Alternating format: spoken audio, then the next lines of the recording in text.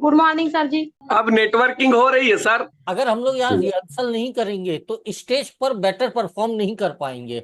Morning सही है sir. तरह से आप समझ लीजिए रिहर्सल है, और दिन भर हम लोग लाइव परफॉर्म करते हैं जस्ट लाइक थिएटर। ये 100% ट्रुथ है दोस्तों।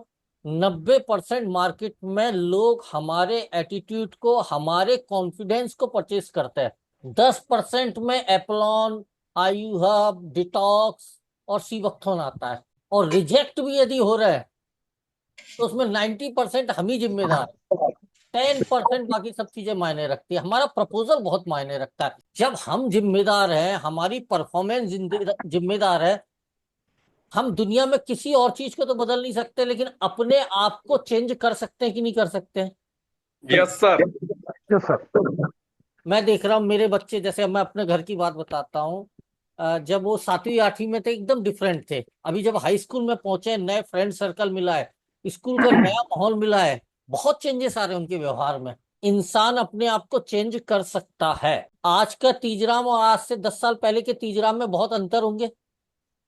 जी सर। आदतों में, व्यवहार में होंगे कि नहीं।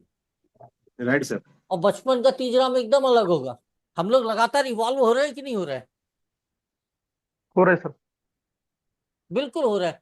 अब बात को हम लोग थोड़ा सा शिफ्ट करते हैं। हम लोग आते हैं हमारे देश के आइकॉन, सुपर रिच लोग, जैसे मुकेश अंबानी और टाटा, बिरला और so and so and so. अगर ध्यान दो आप लोग, तो इनमें और हम में बेसिक अंतर क्या है। मतलब लेफ्ट में आप समझ लो, देख लो, थोड़ा सा मुकेश अंबानी लग रहा है, और राइट में हम लोग बैठे हैं। एक अंतर तो साफ साफ दिख रहा है। डिफरेंस बाद में देखेंगे, पहले सिमिलरिटी देखते हैं। 24 घंटे उनके पास है, 24 घंटे आपके और मेरे पास है। पढ़ाई की यदि यदि बात करें तो केमिकल इंजीनियरिंग किए हुए मुकेश अंबानी, आलू प्याज की तरह केमिकल इंजीनियर भारत में घूमते हुए मिल जाएंगे आपको। हाँ, मुकेश अंबानी के पास एक सरप्लस पॉइंट था कि उनके पिताजी धीरू भाई अंबानी थे। लेकिन धीरू भाई अंबानी के पिताजी का नाम मैं तो नहीं जानता, आप लोग में से कोई जानता है क्या। और बुद्धि भी मैं बोलूंगा, मुकेश अंबानी में कोई हमसे ज्यादा बहुत बुद्धि नहीं है, लगभग सिमिलर बुद्धि है। तो कोई एक्स्ट्राऑर्डिनरी ब्रेन है ऐसा कुछ नहीं। उसने कोई इन्वेंशन नहीं किया आज तक, कोई खोज नहीं करी है नई। अगर देखो तो भारत का सबसे रिच आदमी और हम लगभग एक समान है। जो नेचर के हिसाब से देखो, 2 टांग उसकी, 2 हाथ उसके पास, 2 आंखें उसके पास, ऐसा तो नहीं है 4 या 10 हाथ हैं और 10-20 आंखें हैं। जितना हमारे को दिया है प्रकृति ने, 100% उससे 1 पैसा भी ज्यादा उसको नहीं दिया है।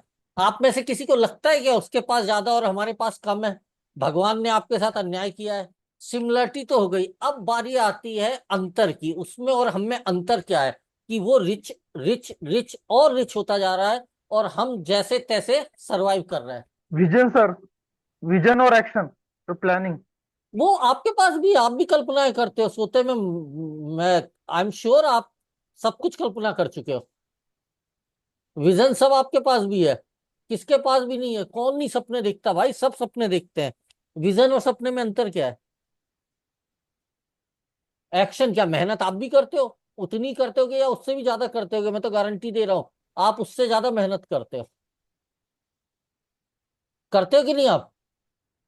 ये सुबह करते से सर। शाम तक ऑफिस में लगे रहते हो। और कोई पॉइंट बताएगा। मेहनत के साथ सही इन्वेस्टमेंट भी होना चाहिए सर। इन्वेस्टमेंट कहना तो आपका सही है, लेकिन किस चीज का मत इन्वेस्टमेंट। जैसे हम लोग आयु हब में अपना सीख रहे हैं, वैसे टाइप का ये भी एक इन्वेस्टमेंट है सर। जो हम एक टीम बनाएंगे, ये भी एक इन्वेस्टमेंट ही है ना सर। थोड़ा सा और क्लियर करिए मैडम। इन्वेस्टमेंट का मतलब हम लोग सीधा सीधा समझते हैं पैसे लगाना। आप थोड़ा सा उसे और इलाबोरेट करिए। काम हम भी करते हैं, काम वो भी करते हैं। वो भी कपिल शर्मा का शो देखते हैं मुकेश अंबानी, वो भी फेसबुक पर टाइम वेस्ट करते हैं, हम भी करते हैं। सर मैं कुछ बोलूं। बस ये है, वो पहले जरूरी काम को करते हैं, और जब बच जाता है फालतू टाइम तो फालतू काम करते हैं। उन्हें मालूम है प्रायोरिटी, प्राथमिकता किसको देनी चाहिए, जरूरी क्या है और गैर जरूरी क्या है। एग्री। Yes sir. सिर्फ इतना सा अंतर है दोस्तों, और कोई अंतर नहीं है। मैंने जितना एनालाइज किया है, जितना स्टडी किया है, रिच आदमी में और आप में और मेरे में, मैं भी आप ही की कैटेगरी में, हम लोग में बस अंतर यह है कि हम अपनी प्राथमिकताओं को सिस्टमेटिक ढंग से जमा नहीं पाते हैं। गैर जरूरी काम को भी हम कई बार पहले करने लगते हैं और जरूरी काम उस वजह से छूट जाता है। इसे मैं थोड़ा सा और एक्सप्लेन करता हूं। सबसे पहले हमें लगता है सब कुछ करना है इस बिजनेस में, और इस चक्कर में हम किसी भी के साथ न्याय नहीं कर पाते, सब कुछ आधा आधा करते हैं।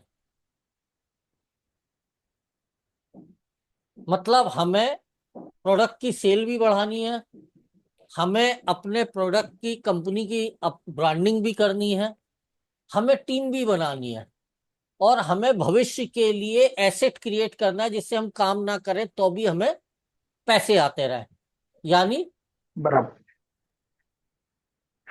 Passive income. मुख्यतः यही चार चीजें हैं। चारों काम एक साथ एक समय पर पूरी तरह ईमानदारी से हो ही नहीं सकते। हमें इनमें से किसी एक को टारगेट करना पड़ेगा, बाकी अपने आप होने लगेंगे, और उस एक के हिसाब से हमें स्ट्रेटजी बनानी पड़ेगी।